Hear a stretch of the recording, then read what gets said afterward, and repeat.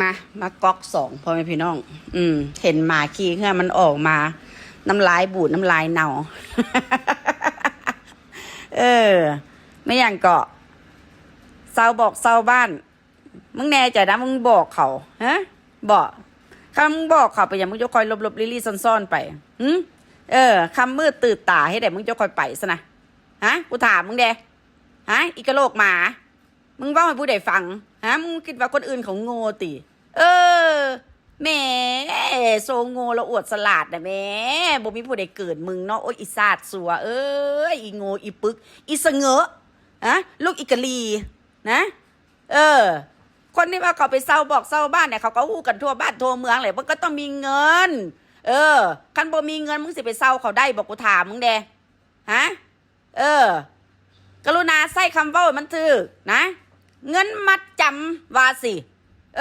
มัดจำล่วงหน้าว่าสิภาษาอังกฤษเขาเรียกว่าโอเค deposit มึงเข้าใจไหมมึงเข้าใจบ่ฮะอีโง่อีปึกอยากออกมาขี้แกงมึงก็บ่ออกมาขี้แกงว่าผัวมึงติดคุกมึงคือบ่เว้าฮะมึงพิดกับน้องมึงคือบ่เว้ามึงก็บ่ขี้แกงอีหมาสี่แม่มึงฮะลูกบุญตายแม่เว้าออกมามันอยู่ในใจกูนี่แหละกูว่าท่านได้ระเบิดมึงคาบกระดูกหมาไว้ติฮะบอกหรือว่ามึงแหนกระดูกแม่มึงบ่ทันรอดฮะคันกระดูกแม่มึงรอดมึงจะคอยสิเว้าติฮะมึงจะคอยจะออกมาซี่แกงตายละเว้าออกมาแล้วว่ามาเกาะกระแสมึงว่าสั้นซ่องเสช่องจอมืดจอดำอันไหนก็เว้าถึกเดพิษเดโน่นนี่นั่นมันมาเกาะกระแสว่าซะเด้บ่สมพอเนาะพวกกูนี่มีอยู่มีกินมีแนวอยู่แนวกินอยู่มีชีวิตที่ว่าโอเคดีขึ้นในนั้นแม่นเกาะกระแสพวกมึงติฮะกูถามมึงเด้ฮะเว้าอย่างกับบ่คือบ้านบ่คือเมืองเขาเนาะอีหาภาคทางสิ้นมึงอีหมาสี่แม่มึงเป็นลูกบอกบุญใต้ฮะบอกโคตรพ่อโคตรแม่มึงคือบอกขึ้นลุกขึ้นมาว่ามึงนึกมึงเบิ่งนะว่าลูกมึงเฮ็ดหยังอยู่ฮะมึงเสียมกเสียใจแห้งติบอกมึงก็บอกว่าดีมึงก็บอกว่าออกมาคักๆเลยมึงบอกว่าถ้ามันกินเลือดกินเนื้อมึงได้นั่นคือว่าไปอันคือว่าให้คนอื่นไปแห่นเลือดแห่นเนื้อมึงบอกว่าออกมาตะมีฮะกูจะเข็นหนังหน้าอีที่ว่าโอเคมันอวยมึงตอนนี้นี่นะมันก็ว่าไปปลุกเฮือนปลุกศาลให้มึงอยู่ฮะมึงก็บ่ไปมันก็บ่ไปอันที่เฮ็ดหลังคาคุ้มกันลาหัวให้มึงกับผัวมึงผีกานมึงหันอีห่ามึงผัวขี้คุกมึงหั่นน่ะฮะเว้าเรื่องหมาเว้าเรื่องเฮือนแล้วบาดนี้อันใดมันสิควรสมควรชี้แจงบ่ชี้แจงอันใดที่ว่าโอเคมันเก็บอยู่ในใจน่ะนะมึงฟ้าวออกมาฟ้าวเป่งออกมาโลดนะมึงจะสุยั่งไว้มึงจะสุยั่งไว้เด้อสิ่งใดที่ว่ามึงเฮ็ดออกไปนะมันคือความจริงล้วนๆมึงหาความจริงบ่ได้นะตั้งหน้าคือกันกับมึงน่ะมันบ่มีความจริงจักอย่างในตนโตของมึงฮู้จักบ่แม้กระทั่งชีวิตมึงเป็นงายหีให้กับบักเป็ดนะให้บักเปบักแมงดาขาเดี้ยงอยู่นะบักปัญญาอ่อนบักเสียเส้นนะบักโลกจิตนะเซิงมึงมาน่ะนะมึงได้แค่เพียงลิงตัวเดียวลิงผสมประกอบลิงปัญญาอ่อนกูว่าแต่เฉพาะครอบครัวมึงกูว่าแต่เฉพาะมึงนะกูบ่ก้าวกายกูบ่ว่าเรื่องของคนอื่นอันไหนบ้างที่มึงเป็นความจริงสิให้คนอื่นเสื่อมึงแบบโอเคมึงเอามาไปบนนั้นบนนี้โอ้ยอีปัญญาอ่อนฮะแต่ขนาดเขาว่าเรื่องหมากนั่งหมาเพราะว่าย้อนอย่างมึงงูจักยุกมึงงูยุกแก่ใจว่าคนทุกคนนี่นะเขาหักสัตว์แล้วหัวปอดมึงคือบอกว่าโอเคมึงหักมึงหักหมามึงเลี้ยงลูกมึงคือกับเลี้ยงหมาใส่กับลูกมึงคือกันมึงก็คือว่าแล้วมึงเอามาไปทิ่มใส่ฮะมึงบ่มีคำตอบนะเว้าออกมาแล้วมีคนดูแลบึงแยงไหนล่ะหลักฐานเอาหลักฐานมาสิฮะที่ผ่านมามึงก็ถามหาหลักฐานกับช่องจอมืดจอดำว่าแมนติบัดพอกับมาฟาดหน้าน่ะนะมึงคือว่าบ่ออกฮะพอพวกกูถามหาหลักฐานว่ามึงเอามาไปทิ่มไว้ใส่บ่แม่นไปเป็นลูกชิ้นเข้าท้องเงินนะคนเราบ่จักป่านนี้ฮะไม่กล้าพูดไม่กล้าว่าให้คนดูแลบึงแยงมึงแม่นไผกูถามมึงเด้มึงแม่นไผมึงจะค่อยกล้าให้คนอื่นนะมันรับผิดชอบแทนมึงบ่กูถามมึงดิดูบัดมึงสิเว้าออกมาเนาะอีซาดหมาอีซาดสัวมึงมันอยู่ที่ใจนี่ว่าสั้น กูเห็นคนเก่งแบบนี้แหละนะ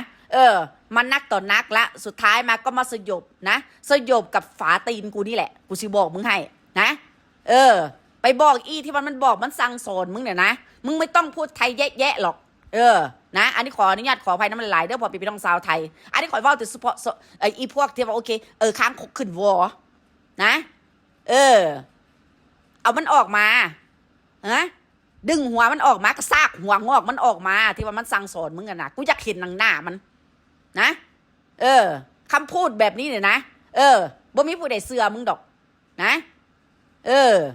มึงบอกว่าเขาเป็นคนอื่นเฝ้าดีกับมึงนะโอ้ยมึงดีมกดีใจโน่นนี่นั่นแหละเขาเรียกบอกว่าโอเคคนมีปมด้อยนะมึงคนที่ว่าโอเคมึงบ่เคยได้หับความหักบัดพอแต่ว่ามึงได้ยินคนอื่นเขาเว้ามาปุ๊บนี่สิโอ้ยมึงเนี่ยนะแลนใส่มึงใส่ใจใส่หารู้ไหมบอกว่าอันนั้นมันคือสิ่งที่อันตรายที่สุดในชีวิตของมึง กูอยากหัวเด้ว่อนอยู่นำโลกโซเชียลมาหลายปียังบ่ฮู้จักว่าอันใดผิดอันใดถูกยังบ่ฮู้จักว่าอันใดมันอันตรายบ่อันตรายจะมันมึงโง่คักโง่แน่เนาะมึงไปเสือได้จังไดว่าแอฟซี่มึงเนี่ยนะสิหวังดีกับมึงกูถามมึงเด้ฮะเขาหวังดีกับมึงจริงๆนะต้องไปปลุกหลังคาคุ้มกะลาหัวให้มึงนะซื้อรถซื้อล้างให้มึงขี่จ่ายเงินเดือนให้มึงแต่ละเดือนนะส่งเสียลูกมึงนะให้ลงเข้าโรงเรียนให้มึงน่ะมีหน้ามีตาอยู่ในสังคมนะคันมันหวังดีกับมึงแท้ๆนะกูเชื่อในว่าบ่มีผู้ใดดอกคิดกับมึงแบบนี้บ่มีผู้ใดดอกว่าสิบ่กล้าให้มึงแบบที่ว่า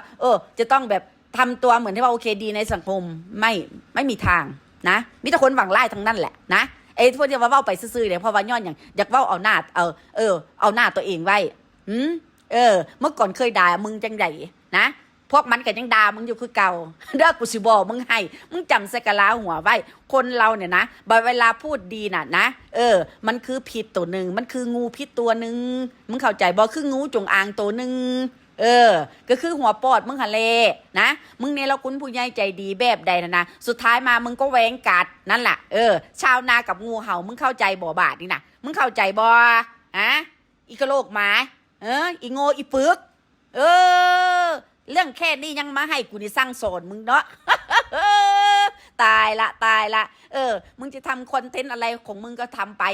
นะแต่ว่ามึงจะสมมติว่าเกี่ยวกับเรื่องที่ว่าโอเคมีคนมาบอกนะจงรักภักดีมึงต่อมึงนะหวังดีต่อมึงนะเหรอแล้วกูเชื่อแน่ว่าคนขึ้นกันกับมึงน่ะนะบ่เชื่อผู้ใดง่ายๆดอกนะกูก็คิดว่ามึงบ่ได้โง่คือกันแต่ว่าบัดเวลาความเว้ามึงออกมาเนี่ยมันโซแบบที่ว่าทำให้รู้เลยแล้วว่ามึงน่ะมันโง่อีหลีมึงโง่บ่เพื่อบัญญัติบัญญังมึงโง่แบบที่ว่าโอเคจนเข้าไส้เข้ากระดูกดำมึงอะฮะแม่นบ่ล่ะพ่อพี่น้องเอาตอนนี้แหละเราไว้เจอกันใหม่นะจ๊ะผิดพลาดประการใดขอโทษขออภัยน้ำหลายๆพ่อแม่พี่น้องนะเมื่อนี้ก็ว่าแบบเยินๆเดว่าสนุกไปแต่บ่ได้ว่าไวๆแต่ว่ากะนะอยู่สุฟ้าเบื่อหน่ายกันเด้อกดไลค์กดแชร์นะกด Subscribe ให้เดค่าหัวสินไข่ใบขี้หูดกะใส่น้ำกันลงไปพ่อแม่พี่น้องอ่ะตอนนี้แหละพ่อแม่พี่น้องไว้เจอกันใหม่นะจ๊ะโอเคบ๊ายบายจ้า